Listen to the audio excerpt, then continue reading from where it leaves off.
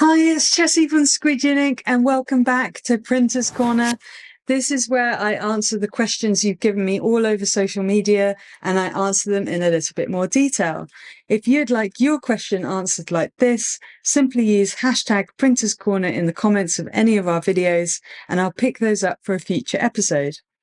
Today's questions are about different softwares that people should be investing in, whether you can do CMYK printing with certain softwares, and also there's one about trusting catalyst in your water-based inks to be able to cure them.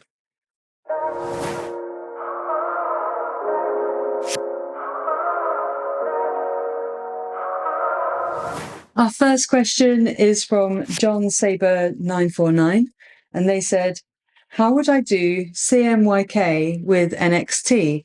What they mean is, how do they separate images in CMYK method, which is cyan, magenta, yellow, and black, but they want to use Sep Studio NXT.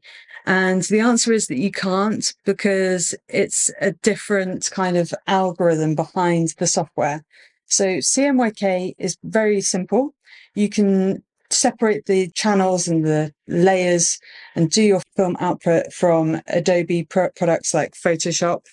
And it's basically using process inks. So you've got cyan, magenta, yellow, and black, but they're like a process ink, which means that they're more transparent and they're made to blend together. So you have to use those inks. You can't just mix them up to achieve those kind of same results. So it is a whole different system over here. Whereas Sep Studio NXT is using an algorithm which basically you can tell it what ink colors that you're using, and it uses a huge gambit of colors. So they can have really, really complex artworks, and that's simulated process over CMYK printing. So it's more advanced, there's more flexibility, and you don't have to have the special process colors. You can use a lot more colors to make like a really, really vivid print, and it's just a little bit more modern technology, even though they've both been around for a really long time. So unfortunately, the answer is that you can't. The second question is from, I'm not going to say 3612, and they said, fantastic tutorial. I was afraid to use Adobe, but your explanation of each tool was very helpful. Thank you for taking the time to make this video subbed. This was a comment left on the How to Screen Print T-shirts full course, and I know it's a comment and not a question, but I really want to emphasize that these kind of tools and products are not scary. They even have inbuilt videos on how to use them. I'd love to make more videos. If you have questions on how you're using it in your screen printing studio, let me know the question and I'll probably put it into a video very soon.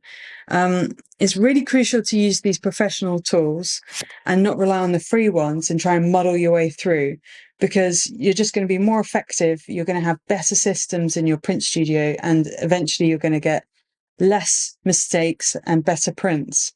They're also compatible with lots of softwares that screen printers use, like the separation stuff and the AccuRIP software. All those types of things are all going to come together if you use the professional apps.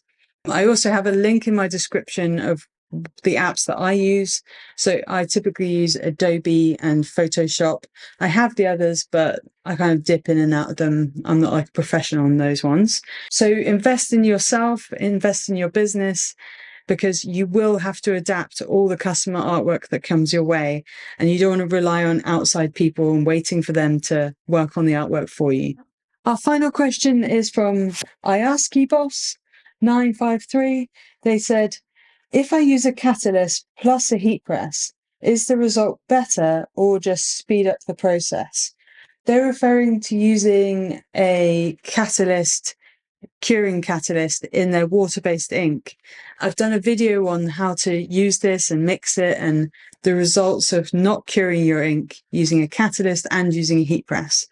I think the answer is that you probably will get a better, more consistent result if you use the catalyst and the heat press, because what you're trying to do with water-based ink is take all the moisture out, which is step one, and then bind the pigment to the fabric, which is step two. So the catalyst will eventually bind the ink to the fabric, but why not give it a hand, get the moisture out of the garment as well, heat it to an adequate temperature, and you're almost doing half of it, and then allowing the catalyst to eventually do its job as well. So yeah, if you have a heat press, use it with the catalyst, and then you're going to have better, more consistent results. But you do have to do wash tests after a certain, like maybe a day. Do your wash tests, make sure you get to 3 consistent ones without fading. And then you know that your process is the best possible for your customers and even for you if you're printing for your own kind of enjoyment. So yes, more the merrier. You can't really over cure water-based ink. You can just do it to the best of your abilities with the equipment that you have. To round up this week's main question, which is, should I invest in Adobe Creative Suite or Sep Studio NXT for screen printing? And the answer is definitely both, because Adobe Creative Suite is going to help you really tweak the images and work on them, make them perfect. And the separation software is just going to do that part. So it's going to just separate the artwork really quickly. And they're just like a marriage made in heaven, basically, when you've got both. So invest in both, learn how to use all the tools so you're really getting the most out of them. We have got videos on it.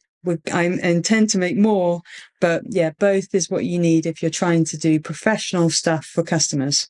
I hope you enjoyed this week's episode, and don't forget to leave me more questions or even answer in the comments whether you agree with me or if you do things differently in your studio. And I hope you have a really great week printing. Leave the comment with hashtag Printers Corner to make sure I find it and I can pick up your question for a future episode.